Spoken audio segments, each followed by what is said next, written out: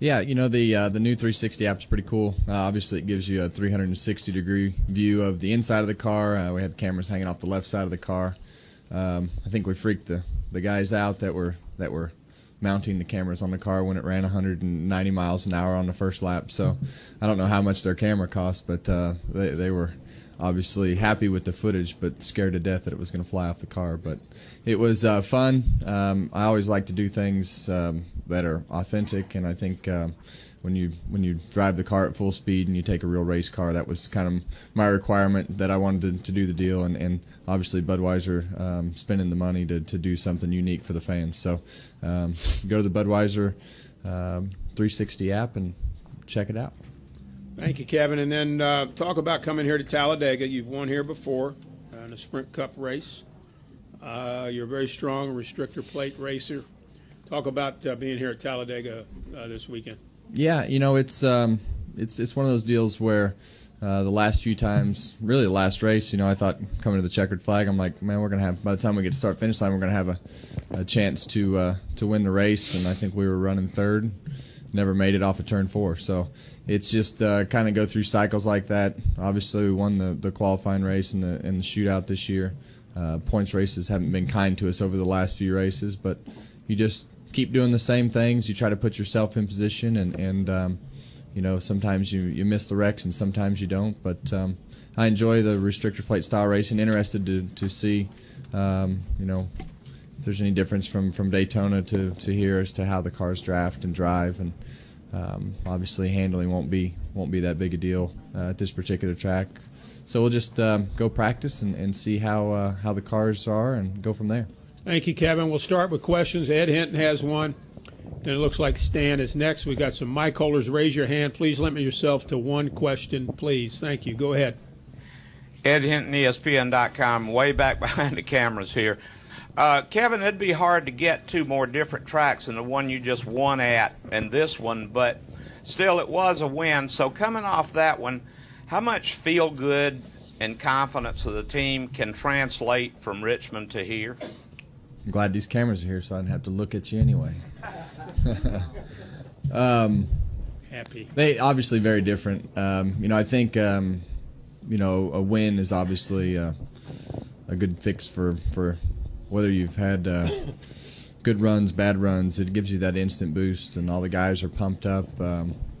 Everybody's excited to be at the racetrack. So, there's really nothing you can take from last week to this week other than some positive momentum and a win in the win column, and everything's going okay. So it's just 2 totally different animals.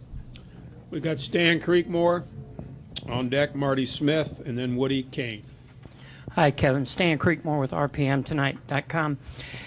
After you look at Daytona and then you look at here, how important is today's practice going to be, and will you all do more close practice, drafting type practice than you did at Daytona, you think?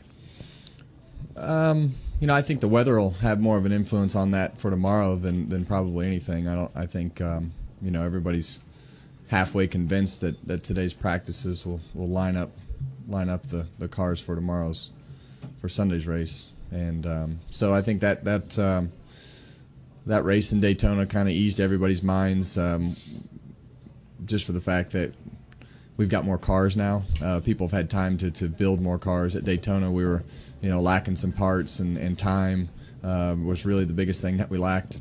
So I think everybody's had some time to put their cars back together and put some more cars together, and I think you want to go out and practice and get the best speed you can, for qualifying, possibly. Go over here to the left, Marty, Woody, and then Nate Ryan. Marty Smith, ESPN. You never know what's going to happen here. You know that when you get in the car. So how would you describe the prospect and the concern for the unknown here? Well, my approach to these types of races has always been you don't worry about the things that you can't control, which is a whole lot here. You go out and you go in with a mindset of I enjoy restrictor plate racing. I think that unknown is something of it's intriguing to me to know that you can go somewhere and you can race all day, and you know, I know a lot of people might think that you're crazy for thinking like it's fun, but it is fun, and I know that the end result doesn't look like it's fun. It's a lot of work for the guys to fix the cars. It's dangerous, but you know, that thought of being able to push and shove, and it's kind of like you're at the go-kart track with your buddies, and that's really how you would race, especially at the end.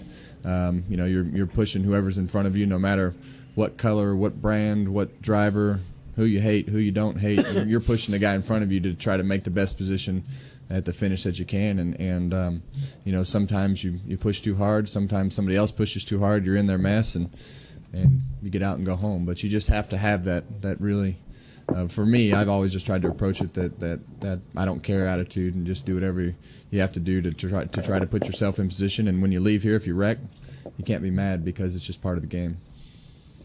Woody Kane right here. Then we'll go to Nate, and then to Alan. Woody Kane with MRN. Kevin, just looking ahead a little bit next week off the track with Mother's Day coming up, wonder if you got any special plans now that Delena's a mom, and maybe a little bit about how much of a help your own mom was to getting you to where you are today.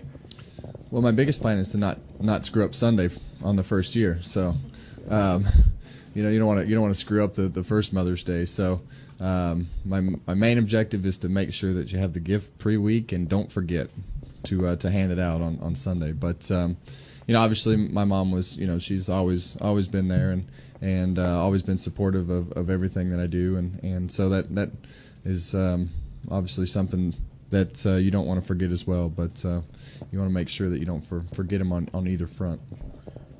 Over here, Chelsea Bayou, Nate Ryan, the distinguished-looking gentleman right there. Not really. Nate Ryan, USA Today Sports. Kevin, I guess looking ahead to Sunday then, will the race be mostly just a feeling out process, do you think, for the first half, as guys try to figure out what you can do with these cars, and knowing that at Daytona you guys didn't get a lot of pack stuff? Will it be maybe the first half of the race just feeling out what you can do with the car, and then the second half, or last 50 laps, whatever, applying it? I don't envision it being a lot different. You know, we ran, how many races did we run? 4 Cup races in Daytona. So, you know, you kind of know what you have. Obviously, the track's different, and you know, there will be the opportunity to you know, to have some bigger packs just because of the style of racetrack, and there's more room to maneuver, and what effect and how big that effect is on the style of racing is obviously yet to be determined. But honestly, in my mind, I don't envision it being a whole lot different. All right, let's go to Alan right here. Alan Cavana, NASCAR.com. What did you learn in Daytona, either by racing or watching, especially at the end, that'll help you here in Talladega with the new Gen 6 car? Winning's a lot more fun than wrecking. That's what I learned. We won the whole week and wrecked on Sunday. So, but that's just kind of the way it goes. Anything surprise you about the car, how it raced, pulling out the pass, 5 years, maybe different? I think it's all going to be the same here. Other questions? Got time for a couple more, maybe? Questions for Kevin? Back in the back. Gentleman right there.